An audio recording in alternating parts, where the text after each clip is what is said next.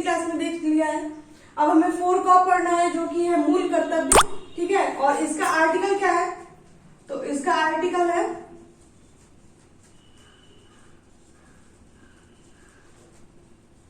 51A या 51 के का भी बोल सकते हैं, ठीक है।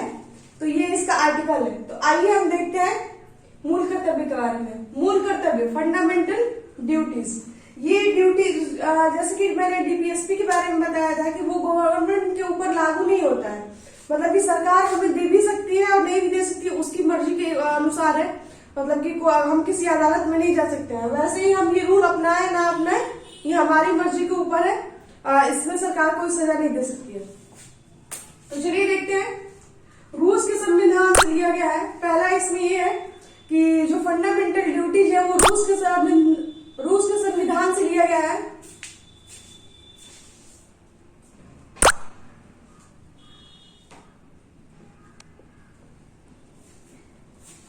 ओके, तो ये रूस के संविधान से लिया गया है, ठीक है।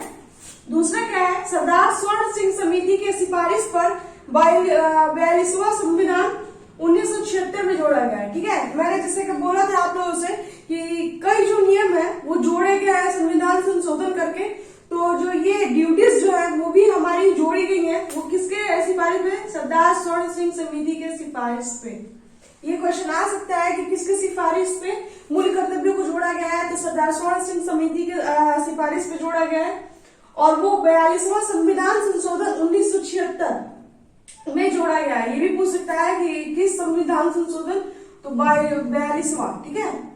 42वां संविधान संशोधन 1976 में इसको जोड़ा गया है। आइए देखते हैं कि क्या क्या मूल कर्तव्य हमें दिए गए हैं। तो पहला है संविधान का पालन, राष्ट्रीय ध्वज, राष्ट्रीय प्रतीक और राष्ट्रगान का सम्मान, ठीक है, ठीक है। ये करने के लिए हमको बोला जाता है कि संविधान का पालन, राष्ट्रीय ध्वज, राष्ट्रीय प्रतीक और राष्ट्रगान का सम्मान करना हमें बोला गया है। दूसरा है राष्ट्रीय आंदोलन को प्रेरित करने वाले आदर्शों का पालन, जैसे कि जो भी हमारे नारे हैं, तुम मुझे खून दो मैं तुम्हें आजादी दूंगी, आजादी दूंगा, चाहे दिल्ली चलो, ऐसे जो नारे हैं उनके बारे में बताया गया है कि उनको हम लोग को राष्ट्रीय आंदोलन को जो राष्ट्र के आंदोलन को प्रेरित करते हैं उस आदर्श का पालन करना है, ठीक है। तो ये बताया गया है, उनका सम्मान एक तरह से करने के लिए बताया गया है। तीसरा है आपका देश की संप्रभुता, एकता और अखंडता को बनाए रखना, ठीक है। देश की संप्रभुता, एकता व अखंडता को बनाए रखने के बारे में बताया गया है। अगला है देश की रक्षा एवं राष्ट्र सेवा, ठीक है। देश की रक्षा और राष्ट्र सेवा मतलब कि अगर हम किसी चीज को, मतलब कि किसी गलत गतिविधि को हम बताते हैं, जिक्र करते हैं, तो वो भी एक प्रकार का राष्ट्र हित ही है हमारे यहाँ से, ठीक है। या किसी की हेल्प कर रहे हैं तो आप राष्ट्र की सेवा कर रहे हैं, एक दूसरे की हेल्प करके भी आप राष्ट्र की सेवा ही कर रहे हैं, ठीक है। और अगला है देश में भाईचारा बनाए रखना, मतलब कि आपस में भाईचारे की प्रवृत्ति से रहना, जिससे देश को मतलब कि लाभ होगा। उसके बाद से देश को गौरवपूर्ण समृद्धि की रचना करना, मतलब कि अपने देश में ऐसे माहौल को बनाए रखना जिससे हमारे देश की बढ़ोतरी हो। और है वैज्ञानिक दृष्टिकोण अपनाना, जो वैज्ञानिक दृष्टिकोण मतलब साइंस को आगे ले जाने का दृष्टिकोण जो होता है वो लेके जाना है।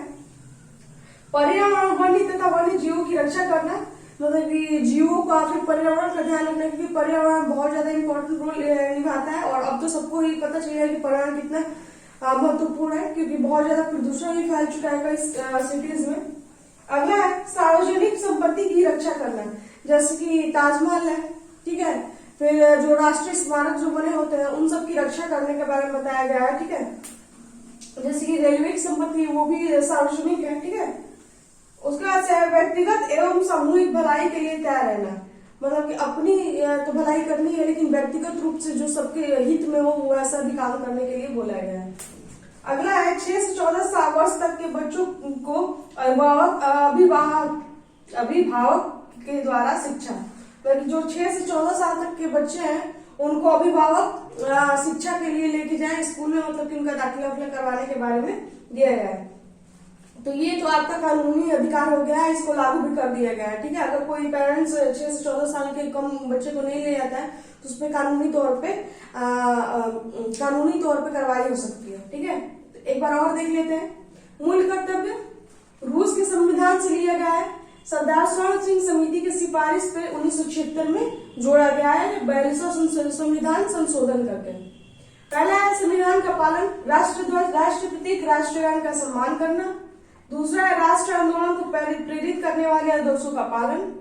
तीसरा है देश की संप्रभुता, एकता एवं अखंडता को बनाए रखना। चौथा है देश की रक्षा एवं राष्ट्र सेवा।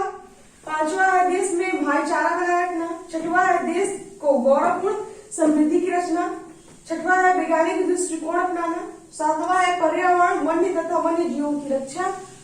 आठवां है सार्वजनिक संपत्ति की रक्षा करना। नौवां है व्यक्तिगत एवं सामूहिक भलाई के लिए तैयार रहना।